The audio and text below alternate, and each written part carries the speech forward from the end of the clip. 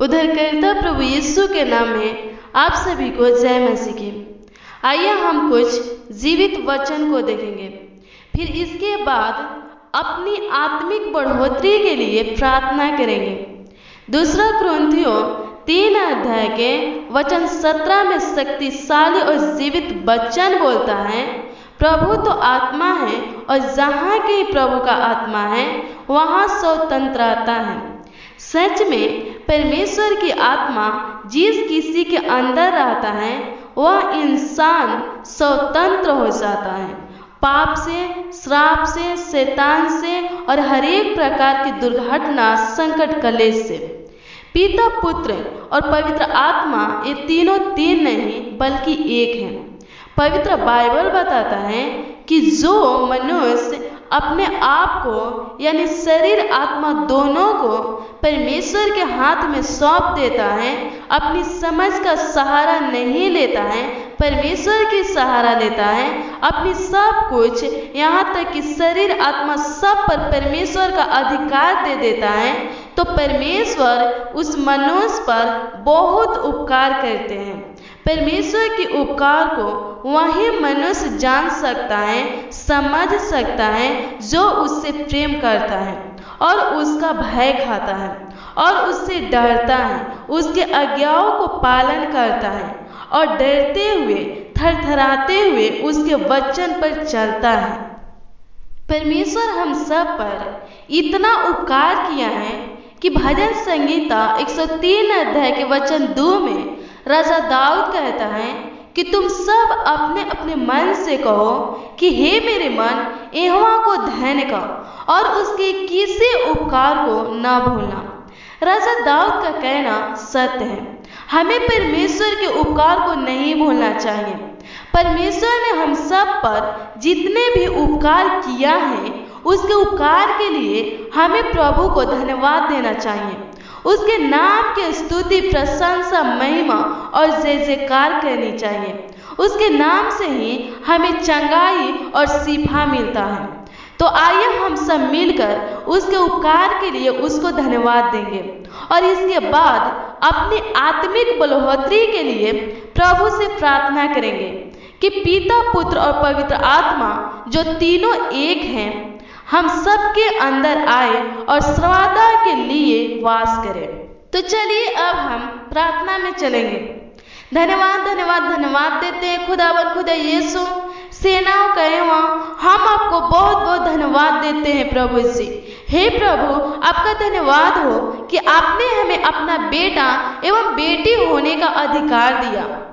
खास करके इसके लिए हे प्रभु जी हम आपको कोटि कोटि धन्यवाद करते हैं। प्रभु जी, आप ही हमारा परमेश्वर हैं।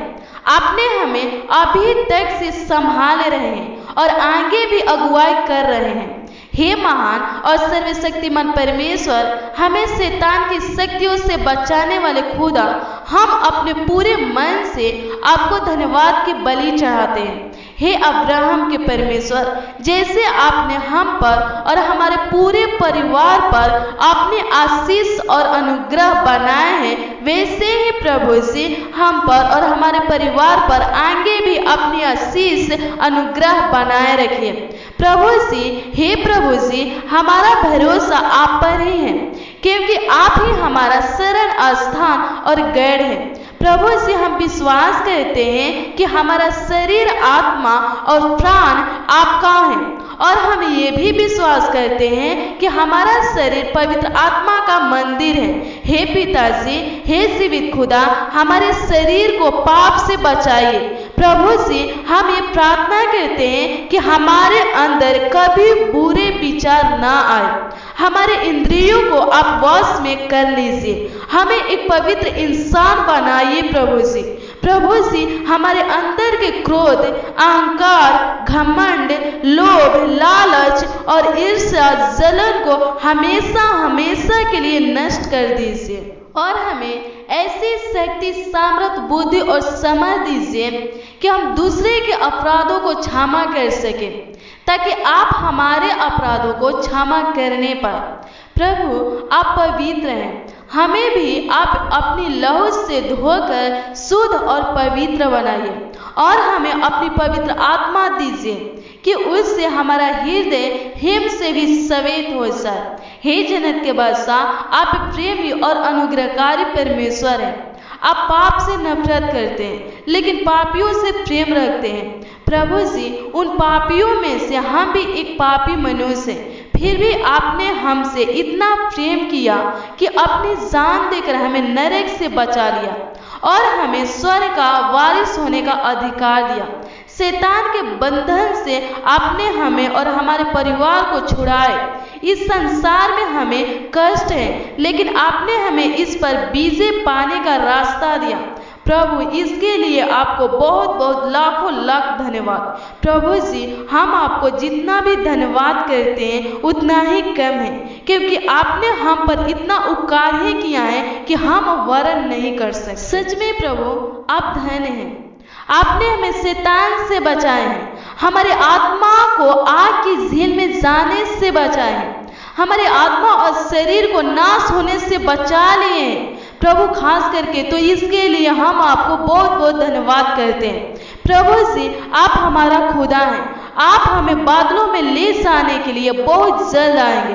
प्रभु जी, एक और छोटी सी प्रार्थना है, हमारे घर में आप आशीषित कीजिए और इस संसार में हमें जीने के लिए अपनी आत्मिक शक्ति दीजिए। प्रभु, हमारे विश्वास की जीवन को और भी ज्यादा दृढ़ कीजिए। हे महान प्रभु, आपने हमारी प्रार्थनाओं को सुना और हमें आशीषित किया, इसलिए हम आपको बहुत बहुत धन्यवाद करते हैं। प्रभु के पवित्र नाम में मानते हैं, आमीन।